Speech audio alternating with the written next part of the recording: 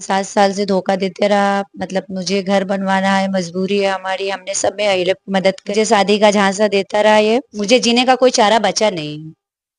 मैं जी के भी क्या कर सकती हूँ? मेरी इज्जत पूरी चली गई, मेरी पूरी फैमिली की चली गई है। मेरी शादी यहाँ पे नहीं होगी तो मैं आत्महत्या मैं भी कर लूंगी। नमस्कार, स्वागत है आपका। आप देख रहे हैं एबीएन न्यूज प्लस। आपके साथ मैं हूं ज्ञानेंद्र पांडे। ज्ञानी, क्या कुछ चल रहा है इस समय आप अच्छी तरह से देख रहे होंगे। मेरठ की घटना ने जहां सबके रोंगटे को खड़ा कर दिया था कि एक पत्नी ने अपने पति को टुकड़े टुकड़े करके ड्रम में भर दिया था, उसके बाद तो फिर जैसे एक बेब सा आ गया और वह बेब ठहरने का नाम नहीं ले रहा है। अलीगढ़ की खबर पर आप हंस पड़े थे कि एक सासू अपने जमाई के साथ ही फरार हो गई। इस तरह की खबरें अभी अभी देवरिया से एक खबर आ रहा है कि एक पत्नी अपने भांजे के प्यार में इस तरह से पागल हुई कि अपने पति को मार डाला और सूटकेस में लाश बरामद हुआ। सब मिलाकर के जिस तरह से रिश्ते तार तार हो रहे हैं, सामाजिक मर्यादा को लोग भूलते जा रहे हैं, उसको देख करके पूरा इस समय देश सहम सा गया है कि आखिर में वातावरण में परिवर्तन हो रहा है या खान पान में या मोबाइल दोषी है। लोग तरह तरह के तर्क लगा रहे हैं। इसी तर्क के बीच में एक वाकया अंबेडकर नगर के सामने आया कि बुर्का लगा करके एक लड़की करीब 20 दिन से अंबेडकर नगर की चक्कर काट रही है, सड़कों पर खाक छान रही है, उच्च अधिकारियों के दरवाजे पर पहुंच करके दस्तक दे रही है और न्याय की फरियाद कर रही है, थाने पर पहुंच करके सुबह से शाम तक सिर्फ रोती रहती है और न्याय की भीख मांगती है। उसके साथ भी धोखा हुआ है, उसके प्यार में धोखा हुआ है।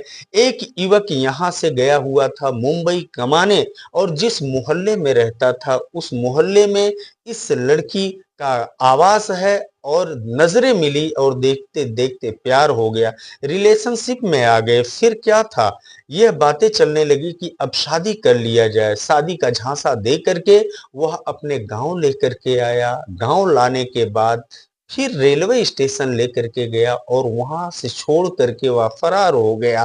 पुलिस में फरियाद इन्होंने किया। पुलिस अधीक्षक के हस्तक्षेप पर उस लड़के को पुलिस ने हिरासत में लेकर के इस लड़की के सामने पेश किया और जब बयान लिया तो सच्चाई सब कुछ सामने आ गई। आप अब देख सकते हैं कि यह मुस्लिम जाति की लड़की है और 20 दिन से इसका स्लीपर चप्पल घिस गया है। दौड़ते दौड़ते इसके आंख से सिर्फ आंसू निकलता रहता है और लगातार रोती रहती है। इस तरह का वाकया अंबेडकर नगर में कहीं संबंध तार तार हो रहा है तो कहीं पर जो है एसपी अंबेडकर नगर के हस्तक्षेप पर इसको न्याय की आस जगी। अब न्याय इसको मिलता है कि नहीं, पूरा घटना हम जानने की कोशिश करते हैं कि जहां एक तरफ संबंध तार तार हो रहा है, सामाजिक मर्यादा टूट रही है, वहीं दूसरी तरफ प्यार में धोखा देने का भी क्रम जारी है। क्या नाम है आपका? रेशमा जी। रेशमा, आप कहाँ की रहने वाली? महाराष्ट्र, बम्बई। कैसे आपके साथ इस तरह का धोखा हुआ है? ये 5-7 साल से धोखा देते रहा। मतलब मुझे घर बनवाना है, मजबूरी है हमारी, हमने सब में हेल्प मदद करे, सब कुछ करे मैंने इनके साथ 5-7 साल से। मुझे शादी का झांसा देता रहा ये, और ऐसा बोल बोल कर बम्बई में शादी करेंगे ऐसा रह रहा था। मेरे साथ बहुत लूटा खाया, बहुत बहुत हमले किए मेरे साथ। मैं आज शादी करूंगा, कल करूंगा, 1 साल बाद करूंगा, ऐसा 5-7 साल से हम लोग का चल रहा था रिलेशनशिप। उसमें फिर बाद में क्या बोले, मैं गांव गांव जा रहा हूँ, गांव चलो शिव में शादी करेंगे, फिर वहां लाकर अकबरपुर में मुझे छोड़ दिया गया। ये भागा, फोन नहीं उठा, जो बैग वगैरह था आईडी प्रूफ सब लेकर ये भाग चुका था। एक बात मैं पूछना चाहता हूँ, जब आप इसके रिलेशनशिप में आई तो आपकी हरकतें, क्योंकि जो प्यार होता है वो छुपता नहीं, लोगों के नजर में आ जाता है, तो आपके जो वालिद थे, मम्मी पापा थे, उनके नजर में नहीं आया कि आप क्या कुछ कर रही हो? आए थे, हमारे घर वाले ने मना किया। मैंने बोली मैं जो भी करूंगी अपनी मर्जी से करूंगी, वो हिंदू है तो क्या हो गया। उसने भी बोला, मेरे घर वाले एक्सेप्ट कर रहे शादी करने के लिए, मैं रेशमा जी से शादी करूंगा। तो मैंने घर वाले को मैंने मना, मैं कुछ भी करूंगी अपनी इसके मर्जी। इसके घर वाले क्या नाम है जो लड़का? प्रदीप यादव, उसके पापा जी का नाम है पूरन यादव। कहाँ के रहने वाले? वही जल्लापुर। सम्मनपुर थाना क्षेत्र। जी जी हाँ, जल्लापुर गांव का। इसके प्रदीप यादव के परिवार वाले घर आपके? वाले राजी थे उनके, प्रदीप यादव के पूरे घर वाले इसमें शामिल है। अभी रखने के लिए कोई भी राजी नहीं, सब इनकार कर रहे हैं।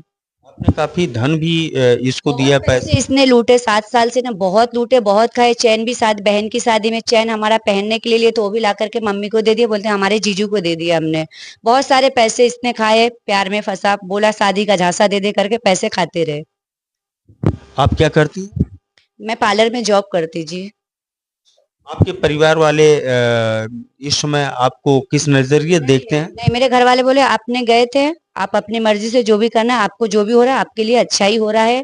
जिस टाइम में हमने मना किए तो आपने माना नहीं, अब जो भी हो रहा है आपके साथ में आप समझो। हमारे घर वाले अभी मुझे नहीं ले रहे घर पे। आप कहाँ रहते हो मुंबई मुंबई में हाजी अली थार दे हूँ। में? जब परिवार वाले आपको निकाल दिए अब, जी जी, वो तो 2.5 साल पहले से मैं घर वाले को छोड़ दी। सब मिला करके आपका धर्म भी लूटा और धन भी लूटा। 2.5 साल से एकदम साथ में रहना सहना था, एक रूम के अंदर था हमारा पूरा संबंध। वैसे तो 5-7 साल से था, पर रहना सहना साथ में 2.5 साल से हो गया था। वो पत्नी की तरह मुझे यूज कर रहे थे, झूठा झांसा दे दे करके पैसे खाए। बहन की शादी करना है, मुझे घर बनाना है, बाबू मुझे पैसे दो, बाबू ये मजबूरी है, बाबू वो मजबूरी है, बाबू लाइसेंस बनवाना है, गाड़ी चलाएंगे गांव में चल के, वहां आपको शादी करके शू में रखूंगा अच्छे से, अपन वहीं रहेंगे, या ऐसा कुछ कर रहा है। शादी कहाँ करने के लिए बोल रहा था? शिव में शादी करूंगा इस शिव बाबा में। शिव बाबा में, हाँ अकबरपुर किधर है ऐसा मुझे तो पता नहीं, यहाँ का जो भी है। और मुझे बोला गोलगप्पे खाओ, मैं पानी लेकर वहां से हमारी बैग आईडी प्रूफ सब लेके पैसे वैसे लेके वो भाग चुका, वहां से फोन उठाया नहीं, मेरा बीजी कॉल पे नंबर अभी भी है। मतलब आप जो है कभी प्रस्ताव नहीं रखी कि मुझको निकाह करना है, मुझे शादी नहीं करना हिंदू रीति रिवाज नहीं, से? मैंने उनको बोली शादी या कुछ भी निकाह हो, जो भी जिसमें रखना है, तो बोला ठीक है मैं निकाह नहीं करूंगा, पर मैं सिंदूर शिव में शादी करूंगा। सब मिला करके आप हिंदू धर्म स्वीकार करने जी के लिए जी जी तैयार? जी, मैं तैयार हो चुकी थी, 2.5 साल से मैं तैयार ही थी इससे। अभी भी आप तैयार? अभी भी मैं तैयार हूँ, मुझे कुछ भी नहीं चाहिए। मुझे वो इज्जत से रखे, शादी करके, बस उसमें मैं खुश हूँ।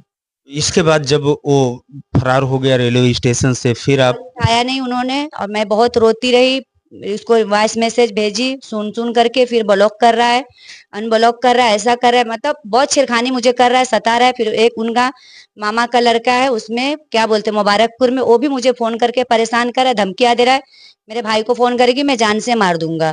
तो अब इसके लिए मैं कह रही हूँ, अब मुझे कुछ घर वाले एक्सेप्ट नहीं कर रहे और ये भी नहीं कर रहे, तो मैं आत्महत्या करके उसके यही मर के जाऊंगी, पर यहाँ से महाराष्ट्र नहीं जाऊंगी मैं। आत्महत्या करूंगी प्रदीप के घर पे ही। रिलेशनशिप जब से चल रहा है, इस बीच आपको लेकर के आया था ये, जहाँ होटल वगैरह में भी? इससे पहला ये घटना होने से पहले, वो 7-8 महीना पहले बहन की शादी होने से पहले उन्होंने लाया, टांडे होटल में रखा, वहां भी दारू पीकर लपड़े झगड़े के होटल वालों ने निकाल दिए। फिर ये बोला मेरे घर पे चलो, मैं गई नहीं, अनजान थी मैं गई नहीं, भरोसा ऐसे करी नहीं मैं जल्दी किसी पे, बोले क्या होगा नहीं होगा, घर पे जाने से शादी वगैरह हुई नहीं है, तो मैंने गई नहीं। बोला फिर मेरे ननियाल में चलो, मैं वहां भी नहीं गई। बोला मेरी फुप्पी के घर पे, बोली ठीक है चलते हैं वहां पे गए, वहां भी लपड़ा झगड़ा किया, उनकी फुप्पी भी गवाए, वहां भी मारे पीटे लोग निकाल दिए थे। फिर भी मैंने फूफी को पैरवी उरवी करके मैंने बोली फूफी जाने दो, अभी मैं रात को मैं कहाँ जाऊँ, रात का समय 1 बज गया है। फिर भी फूफी ने मुझे घर के अंदर लिया, उन्होंने भी साथ में थे, यहाँ से हमको अच्छे से लेके गया वो। ये शराब पीता है जिसको आप अपना शौहर जी मानती जी हैं? जी, छुप छुप कर पी रहे थे, मुझे पता नहीं था, पर रोज का पीना था, रोज साथ में सोना रहना था, तो मैं समझ गई मतलब ये नशेबाज है ये। उसके लिए भी कसम खाते थे, बाबू मैं दारू नहीं पीऊंगा, ये नहीं करूंगा, तुमसे शादी करूंगा, अच्छे से रखूंगा। भरोसा मैं करते गए इतने ये सालों से। दिहाड़ी मजदूरी करने वाला, शराब पीने वाला, आपको इतना अच्छा लगा कि आप इस तरह से अपने माँ बाप को भी छोड़ दिए, अपने आप को कुर्बान, 20 दिन से खाक छान रही हैं आप? क्या करें, अब मजबूरी है, मुझे पता, मैं उनके भरोसे पे मैं यहाँ तक आई कि मैं चलो शादी में, ठीक है शादी हो जाएगी तो और अच्छी बात है। कहाँ पे भी पुलिस पकड़ते, बोलते आप कौन हो क्या हो, रात होती जाते तो पूछताछ करते, भाई शादी का प्रूफ बताओ ये बताओ, तो बोला ठीक है चलो रेशमा जी अपन शादी करके आते वहां से। फिर ला करके हम, मैं मेरी फ्रेंड को दोनों को छोड़ के भाग गए वहां तो से। रेशमा, इसके परिवार में किससे किससे आपकी बात होती थी? इनके घर में इनकी पूरी फैमिली जानते हैं, और सबका नंबर मेरे पास अभी भी है। और जब ये यहाँ आई हूँ तो कोई कॉल रिसीव नहीं कर रहे मेरा। इनके घर में सबको पता है, इसके छोटे वाले भाई को भी मैं बहुत सारे पैसे दिए। कॉल रिकॉर्ड आपके पास है? कॉल है ना, सबका नंबर है मेरे पास। नहीं, रिकॉर्डिंग है जो बातचीत? मतलब इनके भाई लोग की रिकॉर्डिंग मैंने रखी है, बात कॉल पे बात हुई वो है, मेरे जो मेरे हस्बैंड बनने वाले थे उनका पूरा रिकॉर्डिंग है, वीडियो सब है मेरे पास। आप बताइए, थाने वाले ने कैसा व्यवहार किया और क्या कुछ कार्रवाई की? थाने वाले तो जो भी किया अच्छा ही किया। क्या कुछ कह रहे हैं? थाने वाले बोले मैं मेरा काम था सामने करना, मैं सामना करवा दिया हूँ। और वो बोल रहा है कि लड़का कि मैं बॉम्बे में मेरा कहना है मैं शादी यहीं करूंगी, अगर मेरी शादी यहाँ पे नहीं होगी तो मैं आत्महत्या मैं भी कर लूंगी, उसके घर पे ही करूंगी, क्योंकि अब मुझे जीने का कोई चारा बचा नहीं है। मैं जी के भी क्या कर सकती हूँ, मेरी इज्जत पूरी चली गई, मेरी पूरी फैमिली की चली गई है।